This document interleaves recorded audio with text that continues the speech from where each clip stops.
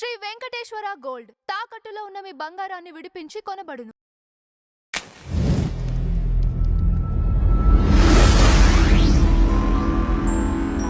అంటే ఇప్పటికి నేను చూసాను సార్ కొన్ని చాలా వీడియోస్ ఉన్నాయి యూట్యూబ్‌లో. కూర్మ గ్రామం అని ఒకటుంటుంది. ఓకే. ఇప్పటికీ అక్కడ వాళ్ళు ఈ కరెంట్ లేకుండా, ఇప్పుడు మీరు చెప్పిన ఈ టెక్నాలజీ ఏమీ లేకుండా బతుకుతున్నారు వాళ్ళక్కడ. అవును. అంటే దానికి రీజన్ ఇదే అయ్యి అవును. ఉంటుందంటారా? ఇప్పుడు వాళ్ళ జీవనశైలి ఇప్పుడు వాళ్ళ ఏజ్ ఇది ఎలా ఉంటుందో ఒకసారి గమనించండి. సిటీలో ఉన్నటువంటి వాళ్ళది ఎలా ఉంటుంది. ఇప్పుడు ఇప్పుడు మన ప్రాణం కోసం అని చెప్పేసానని లాస్ట్ టైం మా అక్కయ్య గారికి కోవిడ్ వచ్చింది. దగ్గర దగ్గర ₹1 కోటి ఖర్చు పెట్టాల్సొచ్చింది. ఫలితం లేదు. ఓకే. ఫలితమే లేదు. మరి ప్రాణం విలువ ఇప్పుడు మా అక్కయ్య లేదు అనేటువంటి బాధ మాకుందది. అలాగే మనమే ఉండమని చెప్పేసేసినటువంటిదంటే మనకి భయం ఉంటుంది. ప్రాణ భయం అనేటువంటిది ఉంటుంది కదా మరి. హ్మ్.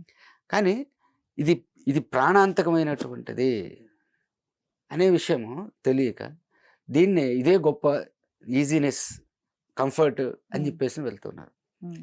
అంటే కనీసం దీనికి ఒక సొల్యూషన్స్ అనేటువంటివైనా సరే పాటించాలి. దానికి ఏమంటే నెగెటివ్ అయాన్స్ అనేటువంటి మనకు పూర్వం ఏంటంటే ఈ వాటర్ ఫాల్స్ అనేటువంటివి, చెరువులు అనేటువంటి ఎక్కువగా ఉండేవి. ఈ నదులు ఇటు పక్కన ఉండేవి. అక్కడ ఆ ప్రాంతాల్లో ఉండేవాళ్ళు. ఈ వాటర్ ఫాల్స్, ఈ నదుల దగ్గర, అడవులు ఎక్కువగా ఉన్నటువంటి దగ్గర అంటే నెగెటివ్ అయాన్స్ ఎక్కువగా జనరేట్ అవుతూ ఉంటాయి. Okay. Negative ions means hydrogen capacity ఉంటుంది మనకి. ఎందుకంటే మన బాడీ లంగ్స్‌లోకి హైడ్రోజన్ అనేటువంటిది హార్ట్‌కి వీటికి హైడ్రోజన్ అందినప్పుడు చాలా హెల్తీగా ఉంటాయి అవి. హ్మ్.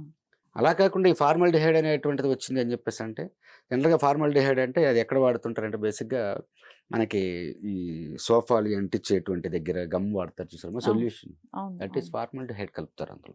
ఓకే. అంత డేంజరస్ అన్నమాట అది. దాన్ని మనము రోజు పీలుస్తున్నాం మనకు తెలియకుండా. యాక్చువల్‌గా అది గాలిలో వచ్చేటప్పటికంటే 0.05% ఉండాలి ఫార్మాల్డిహైడ్ అనేటువంటిది. హ్మ్. కానీ ఇలాంటి ఎలక్ట్రానిక్ ఎక్విప్మెంట్స్ అనేటువంటివి ఎక్కువగా ఉన్నటువంటి దగ్గర దగ్గరగా 0.15 దాకా వెళ్ళిపోతుంది అది. అది ఎంత డేంజర్ అంటే ఉన్నట్టుండి కళ్ళు తిరిగి పడిపోవటము, మైగ్రేన్ రావటము, అదేదో నీరసంగా ఉండిపోవటము హ్మ్. అనేటువంటి విధంగా మారిపోతారు మనుషులు. ఓకే. ఓకే. నాడీ వ్యవస్థ కూడాను వీక్ అయిపోతుంది. హ్మ్. నరాలు బలహీనత అనేటువంటిది వచ్చేస్తూ ఉంటుంది అది. హ్మ్. అంతేకాదు సంతానోత్పత్తిలో కూడాను ప్రాబ్లమ్ వస్తుంది అది. ఓహ్! ఇన్ని రకాలైనటువంటి వాటన్నిటికీ కూడా కారణం ఏంటంటే ఈ కరెంట్ అనేటువంటిది.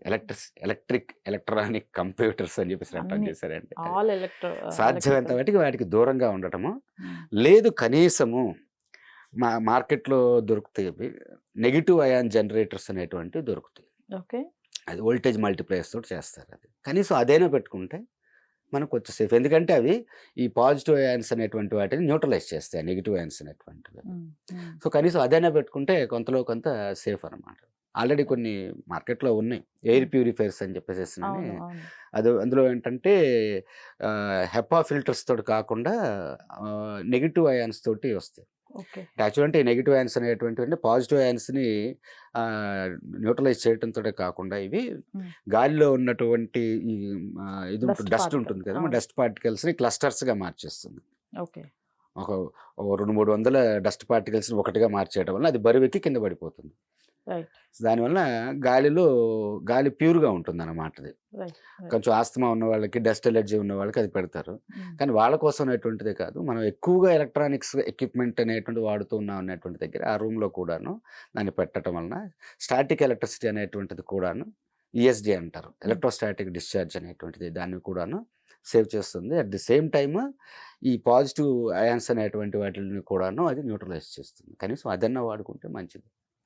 యెస్. Right sir. అయితే నేను ఒక పదం విన్నాను సార్. లంకనం అని. అసలు లంకనం అంటే ఏంటి? ఉపవాసం అంటే ఏంటి సార్? ఈ రెండిటికి తేడా ఏంటి? ఉపవాసము అంటే నేను గతంలో చెప్పున్నానమ్మా. ఉపవాసము, ఉపనివాసము అంటే ఉప ప్రపంచంలో నివసించటము. ఓకే. మనలో ఉన్నటువంటి ఏదైతే ఉప ప్రపంచం ఇది బాహ్య ప్రపంచము. హ్మ్. ఇది బాహ్య ప్రపంచం కాకుండా మనలో ఉన్నటువంటి ప్రపంచంలోకి మనం ఎప్పుడైతే నివసించడం స్టార్ట్ చేస్తామో హ్మ్. ఆ క్షణాన్ని ఉపవాసం అంటారు. ఓకే. ఓకే. కానీ చాలామందికి ఏంటంటే అన్నం తినకుండా ఉండటం ఉపవాసం. ఇవాళ ఉపవాసం ఉన్నానంటారు. అవును. అది ఎక్కువ అదే మాట్లాడుకుంటూ అవును. ఉంటాం కదా సార్. హ్మ్. అన్నం తినకుండా ఉన్నాను, భోజనం చేయలేదు ఇవాళ అని చెప్పేసేసి అన్నప్పుడు అసలు ఏమి తినకూడదు. హ్మ్. అది ఏమీ తినకూడదు. తాగితే వాటర్ అంతవరకే. దీన్ని లంకణం అని చెప్పేసి అంటారు. ఓహ్! ఫాస్టింగ్, ఇంగ్లీష్లో ఫాస్టింగ్ అంటారు, తెలుగులో లంకణం అని చెప్పేసి అంటారు, సాంస్క్రిట్లో కూడా లంకణం అంటారు. లంకణము పరమౌషధం అని అంటారు. చూడమ్మా, లంకణం ఔషధం అని అంటున్నాం, లంకణం పరమౌషధం అని అంటారు. పరమ అని చెప్పేసి అంటే మనం పరమాత్మ అంటాం, అంటే అన్ని ఆత్మల కంటే గొప్పవాడు పరమాత్మ, కానీ పరమ అనేటువంటి శబ్దం వాడతాం. మరి ఔషధాలలో కూడా పరమ ఔషధం అని చెప్పేసి అంటే ఎటర్నల్, అంటే సర్వరోగ నివారిణి అనేటువంటి. ఈ మధ్య ఒక రీసెర్చ్ ఒకటి జరిగిందమ్మా. అది ఈ లంకణం అనేటువంటి దాని మీద అతనేదో కనిపెట్టినట్లుగా పేటెంట్ తీసుకొని నోబెల్ ప్రైజ్ తీసుకున్నాడు. సో అతను చైనీస్ అతను అనుకుంటా, అతను చైనా వాడు అనుకుంటుంది. పేటెంట్ తీసుకున్నాడు, at the same time Nobel prize కూడా తీసుకున్నాడు. ఫాస్టింగ్ చేయటం అనేటువంటి దాని మీద అతను నోబెల్ ప్రైజ్ తీసుకున్నాడు. మన వాళ్ళు ఎప్పుడో చెప్పారు లంకణం పరమ ఔషధం అనేటువంటిది. అతను చెప్పినటువంటి రీజన్ ఏంటి, టెక్నికల్గా ఆయన ప్రూవ్ చేసినటువంటిది ఏంటంటే, మన బాడీలో ఎక్కడైనా కానీ క్యాన్సర్ కణాలు లాంటివి కానీ ఏవైనా సరే ఉన్నాయి అని చెప్పేసి అంటే అవి వీక్గా ఉంటాయి, మిగతావి బాగున్నటువంటి హెల్తీగా ఉంటాయి. మనం రోజు ఆహారం తీసుకుంటూ ఉన్నామని చెప్పేసి అన్నప్పుడు హెల్తీ వాటికి ఫుడ్ కరెక్ట్గా వెళ్తూనే ఉంటుంది. కానీ ఎప్పుడైనా కానీ ఫాస్టింగ్ చేస్తే, ఆహారం తీసుకోకపోతే మరి వాటికి కూడా అవసరం, మరి వాటికి శక్తి అవసరం కదా. అప్పుడు ఏం చేస్తాయంటే హెల్తీగా ఉన్నటువంటివి, అంటే బలమైనటువంటివి అవి ఏం చేస్తాయంటే వీక్గా ఉన్నటువంటి కణాలని తినేస్తాయి అవి.